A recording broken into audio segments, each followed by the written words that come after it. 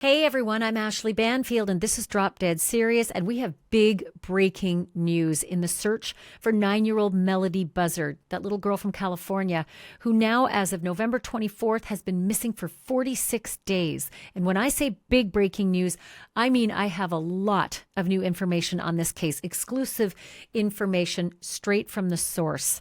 Melodee hasn't been seen since October 9th.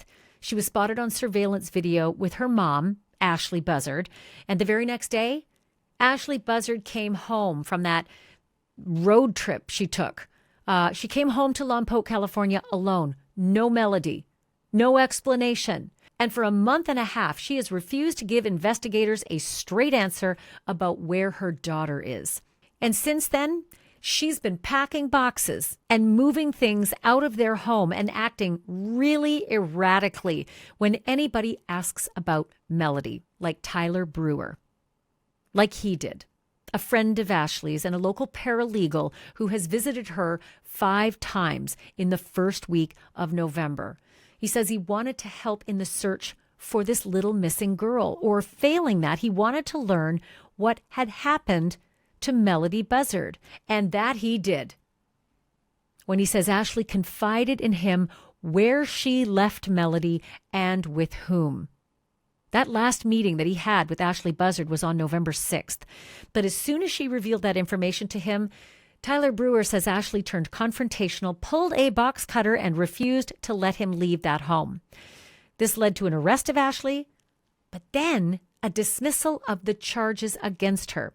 Her ankle monitor was then promptly removed, and no sooner did that happen than Ashlee began packing more boxes and appliances into a U-Haul truck. She has not been charged, nor has she been arrested in her daughter's missing case. But she seems to be under constant surveillance, which brings me back to Tyler Brewer and what Ashlee Buzzard said to him in that confrontational moment inside her home when she revealed sensitive information about her daughter's whereabouts. Earlier on my NewsNation show, shout out NewsNation, I talked to Tyler about the things Ashlee told him, about the disturbing things that he observed with his own eyes inside Ashleigh's house, and about the reference that Ashlee made to Casey Anthony. I have all that for you in just a moment. First, a quick thank you so much for being here. Thank you for making this podcast possible. Thank you also to my sponsors who make this possible. And Masa Chips has joined my team. And here's what I love about Masa Chips, and you will too. Have you ever looked at the back of a typical bag of chips? It's insane. Half the ingredients are stuff I can't pronounce. Seed oils and MSG and artificial dyes and those natural flavors that 100% are not natural. So here's the deal. I am obsessed with Masa Chips because they're like chips you'd make on a farm. You know, the way food used to be before everything started coming out of a lab. Use a clip of it. Okay. These are the lime. Eee. Love that smell. Oh my God, fantastic. They're great. Oh my God. We're going to need more lime. They have just 3 ingredients. That's it. 3. Organic corn, sea salt, 100% grass-fed beef tallow. That is it. And if you love masa, they've got a sister brand called Vandy Crisps. Potato chips with just 3 ingredients. And you're welcome. I'm getting you 25% off your first order. Yeah. Just use my code Banfield when you go to checkout at masachips.com or vandycrisps.com. Or you can click the link in the description, or you can scan the QR code. And if you want them today, Masa and Vandy are now available at Sprouts nationwide. So grab a couple of bags before I get there first. Pro tip, try the lime. Trust me. All right, back to the case. Brace yourselves. Here's my conversation with Tyler Brewer, and holy bejesus, did he have some jaw-dropping details about Ashlee Buzzard, what she said about Melodee, and the haunting, weird stuff that is in her home. Mr. Brewer, thank you so much for being on with me. I have been looking so forward to speaking with you. First and foremost, I do not believe what the judge said that you were not threatened. I heard you clearly articulating, could I please leave? I want to leave this premises now. I personally believe anybody who is free to leave doesn't say those things. They just say, I'm leaving. So I disagreed with what the judge said. That aside, I am absolutely transfixed by this encounter that you had with Ashlee Buzzard and what she told you about where she took and left her daughter. Can you tell me that information? Yes, ma'am. It's actually, the whole events with Ashlee is one giant blur of craziness. I don't know of any other way to explain it. In short, she ended up going on a road trip at the instructions of individuals that she barely even knows, and I question if she even knows them really at all, and efforts to drop Melodee off with them, apparently some location in Utah. She had said that it was a couple that she met at a zoo.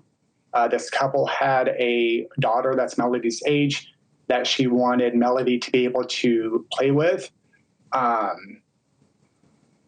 But she doesn't know these people's names, their address, their phone number, their location, nothing. It's bizarre. It makes no sense.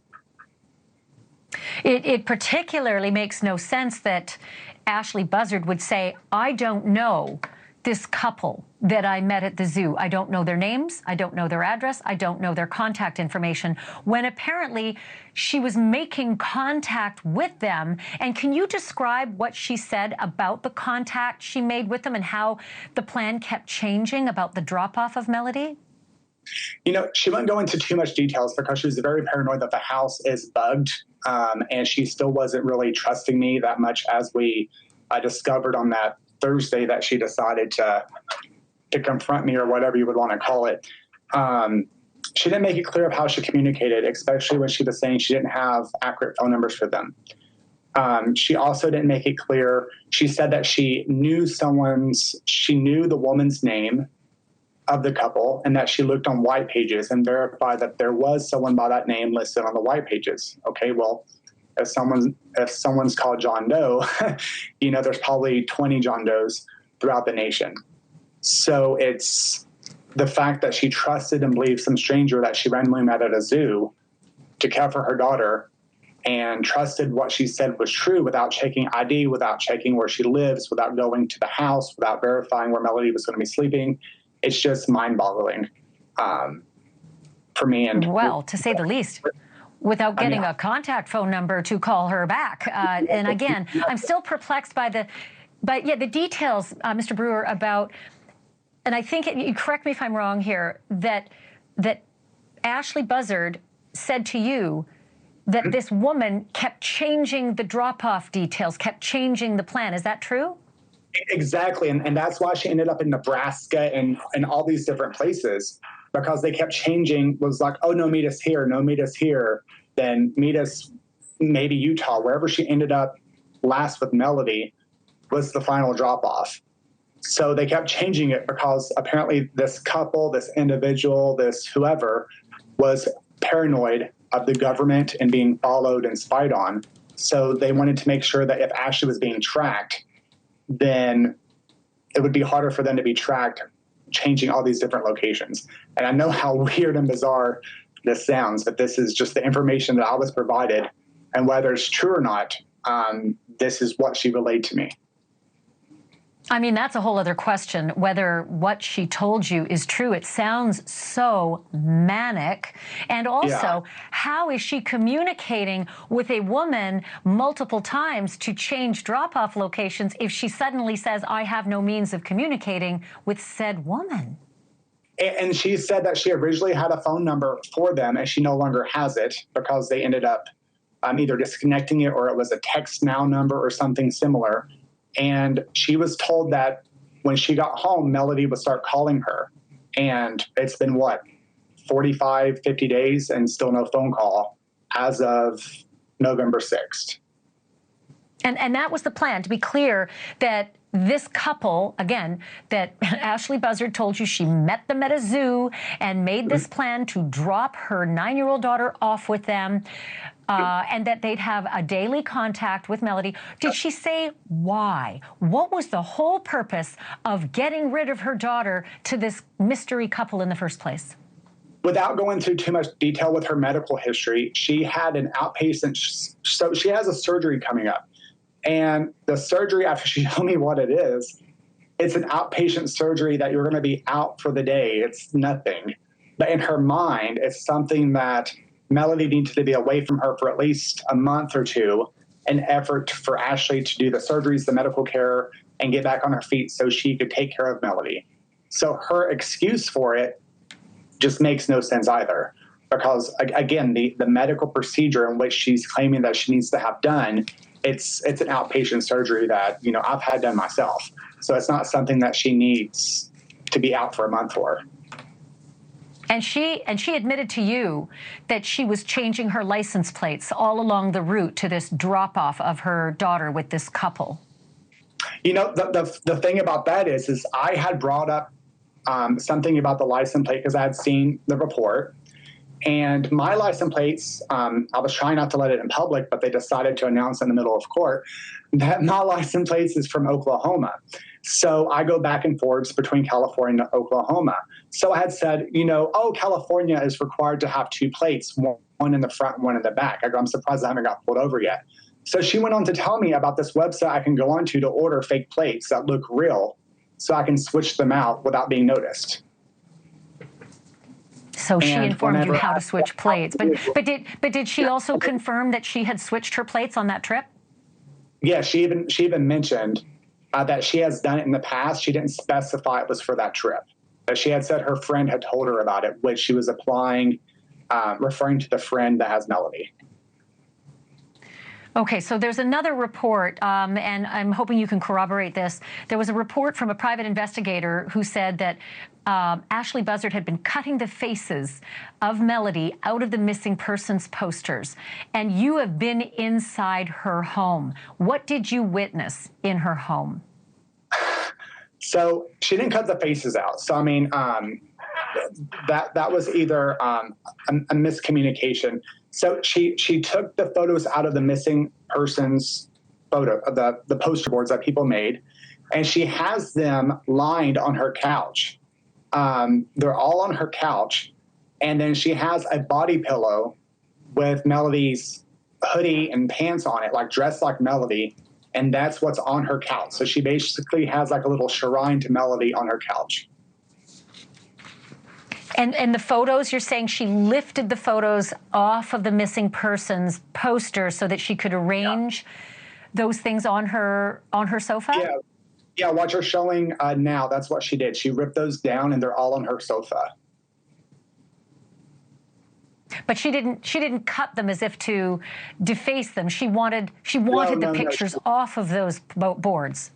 Correct, yes, ma'am. Yeah, no, they were not to be defaced. And they're lined up on her sofa?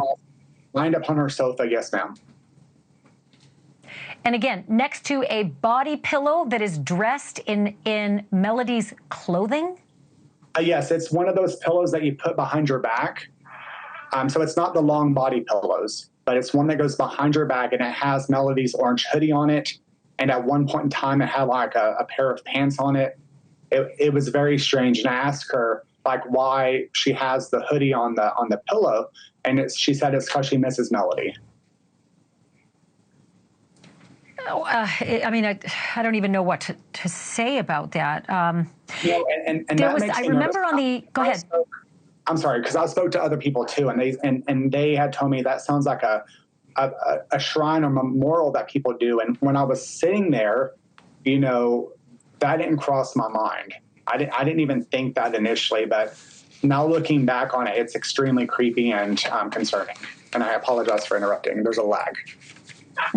I mean, to say the least, it is extremely disconcerting that she's dressed a pillow up as her daughter while her daughter's missing, and she refuses to say anything to authorities. Speaking of the authorities, this is a key aspect because the audio tape that was released in court was a little confusing to most people who listened to it because she was getting angry at you for what she said was being deceitful. And I wondered if it's because the police had been discussing things with you. Can you straighten the record out about what contact you had with the police and why you had contact with the police? Yeah, so when I first went over there, I reached out to her because I've known her years ago.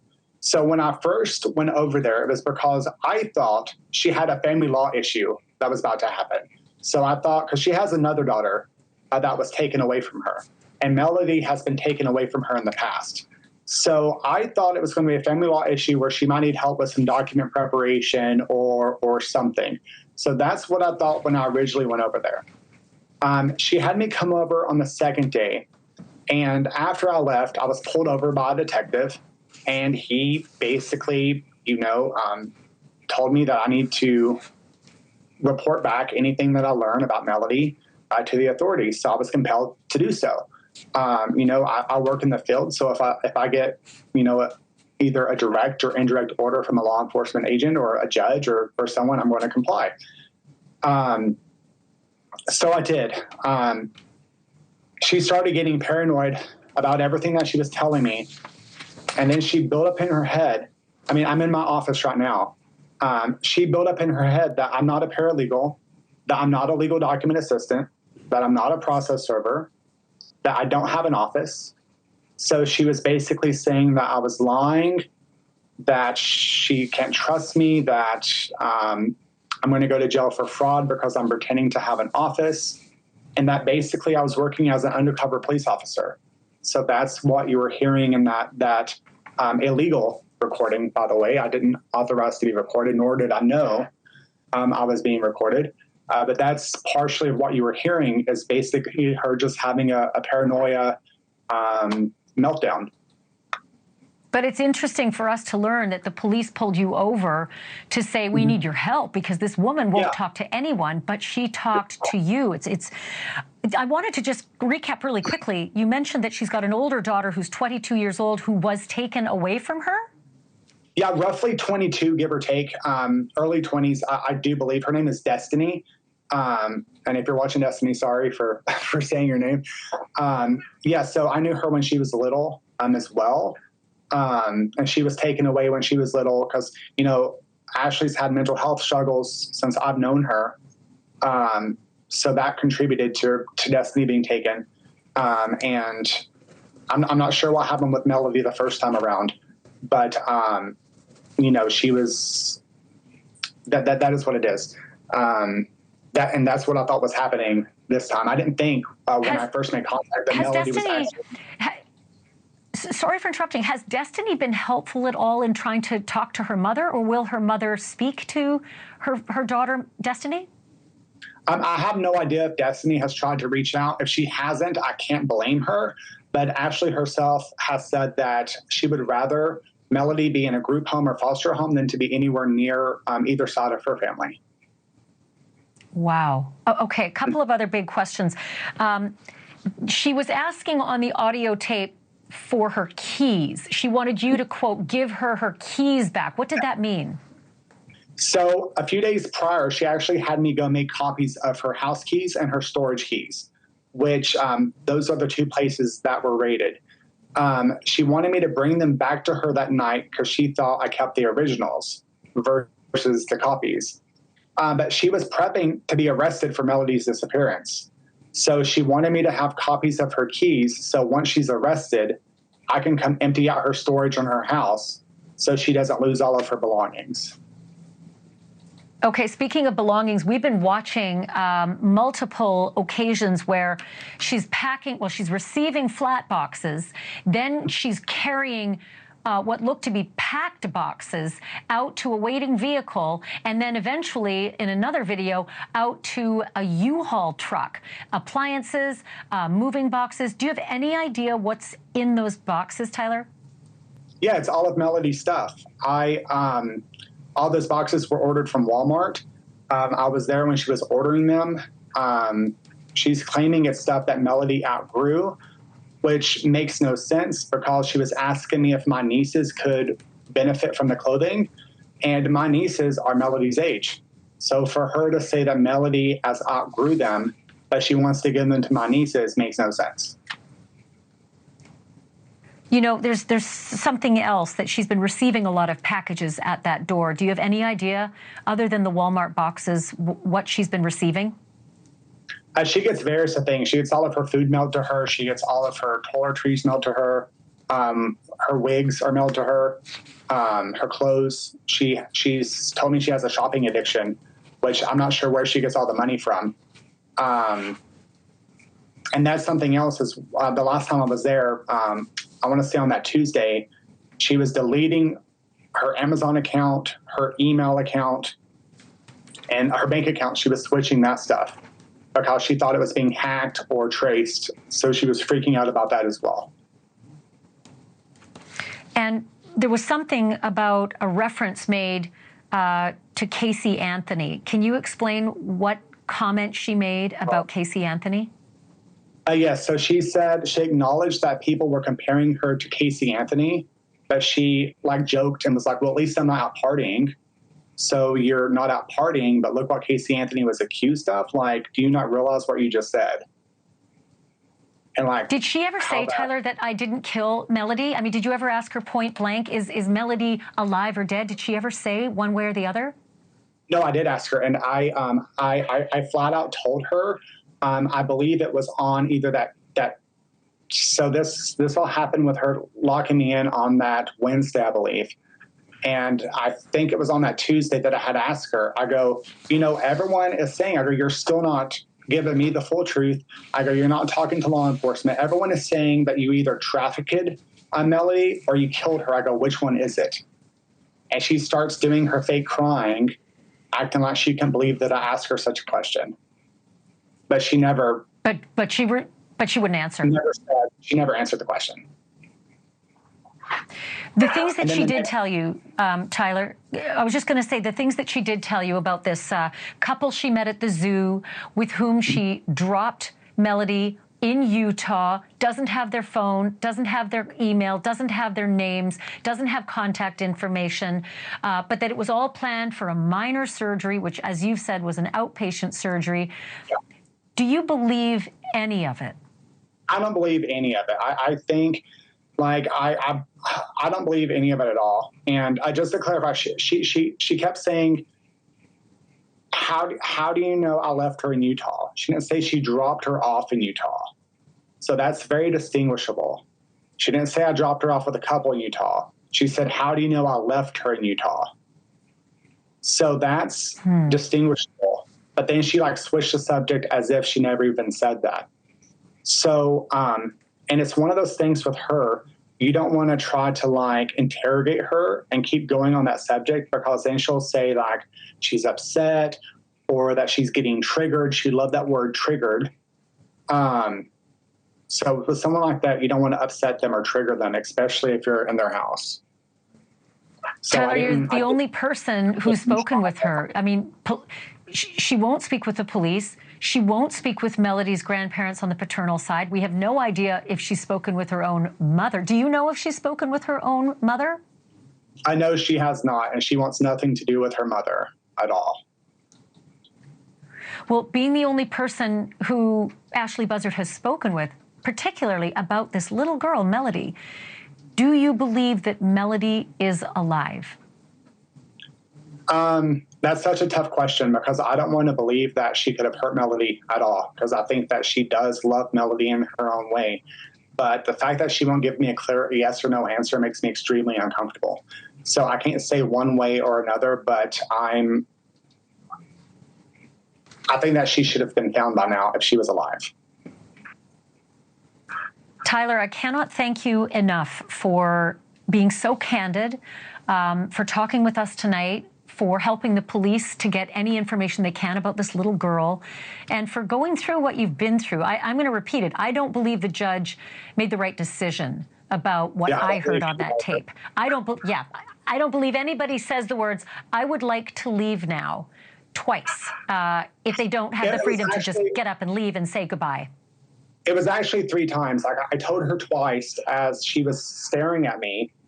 I told your producer, she looked like the Annabelle doll.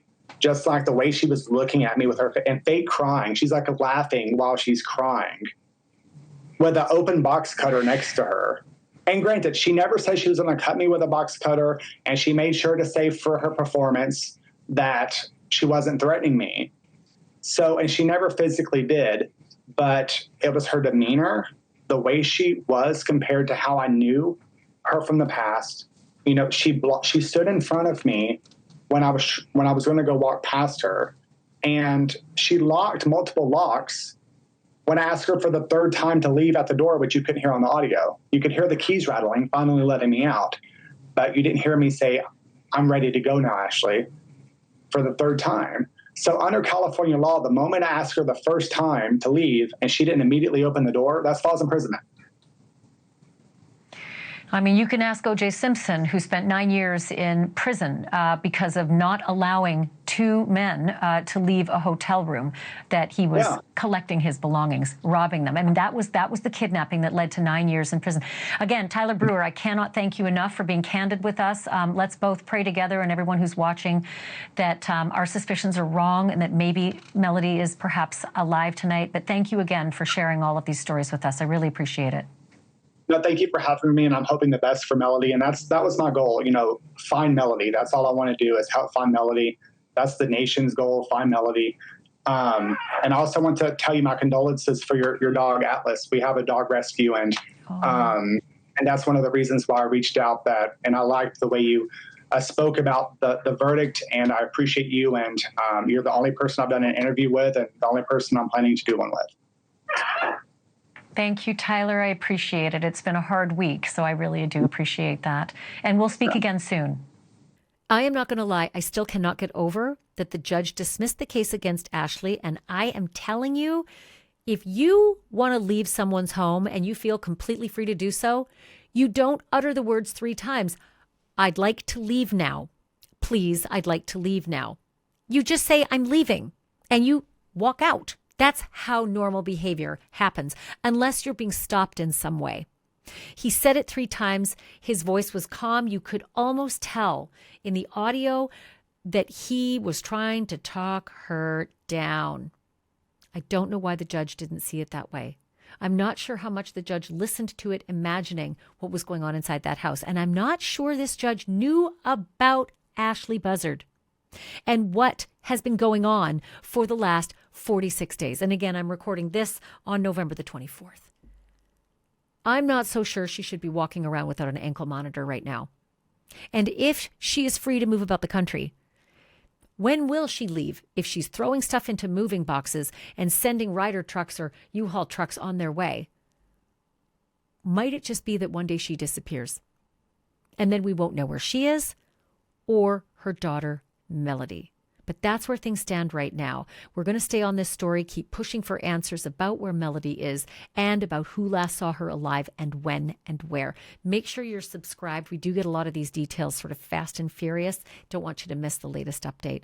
I'm Ashlee Banfield. Thank you so much for listening and watching. And remember, the truth isn't just serious, it's drop dead serious.